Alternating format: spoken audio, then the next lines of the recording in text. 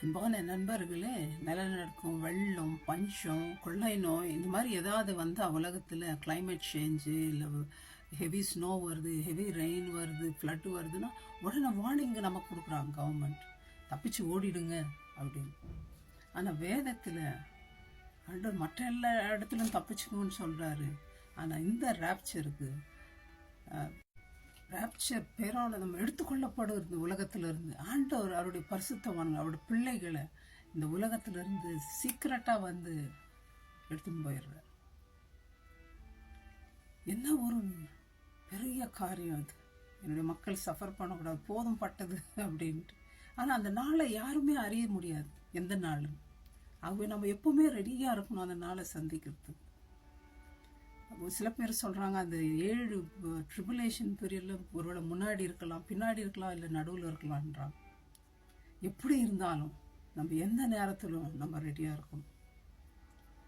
1 Thessalonica 4:16 ஏனெனில் கர்த்தர் தாமே ஆரவாரத்தோடும் பிரதான தூதனுடைய சத்தத்தோடும் தெய்வ காலத்தவளும் வானத்திலிருந்து இறங்கும். அப்பொழுது கிறிஸ்துவுக்குள் மரித்தவர்கள் முதலாவது எழுந்திருப்பார். பின்பு உயிரோடு இருக்கும் நாமும் கர்த்தருக்கு எதிர்கொண்டு போக மேகங்கள் மேல் அவர்களோடு ஆகாயத்தில் எடுத்துக்கொள்ளப்பட்டு இவ்விதமாய் எப்பொழுதும் கர்த்தருடனே கூட இருப்போம். அவரோடு சதா காலங்களில் இருக்க போறோம். மரணம் இல்லை, கண்ணீர் இல்லை, துக்கம் இல்லை, சஞ்சலம் இல்லை, வேதனை இல்லை. எப்படி எடுத்துக்கொள்ளப்போம் இந்த பாடினாலையா? இந்த அழுக்கான பாடினால நம்ம மேல போறதில்ல. ஆண்டவர் பாருங்க என்ன பண்றாரு. 1:15 இதோ ஒரு ரகசியத்தை உங்களுக்கு அறிவிக்கிறேன், நாம் எல்லாரும் நித்திரை அடைவதில்லை, கடைசி எக்காலம் துணிக்கும் பொழுது ஒரு நிமிஷத்திலே இமைப்பொழுதிலே நாம் மறுரூபப்பட போறோம்.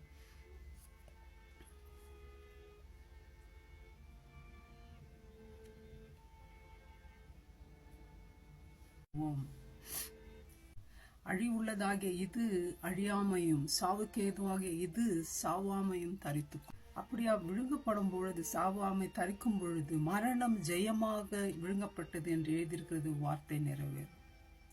ஃப்ரெண்ட்ஸ், கண்ணை அப்படி சிமிட்டி முடிக்கிறதுக்குள்ளேயும் நம்ம எல்லாம் மறுரூபமாய் மேலே போயிட்டு இருப்போம் ஆண்டவரோடு. இந்த சீக்ரெட் வருகையில் நம்ம எடுத்துக்கொள்ளப்படணும். அவரோட பிள்ளைகளா அவரை போல நம்ம வாழணும், பரிசுத்தமாக ஜீவிக்கணும். அப்படி ஜீவிக்கலன்னா இன்னைக்கு வாழ்க்கையை மாற்றிக்கணும்.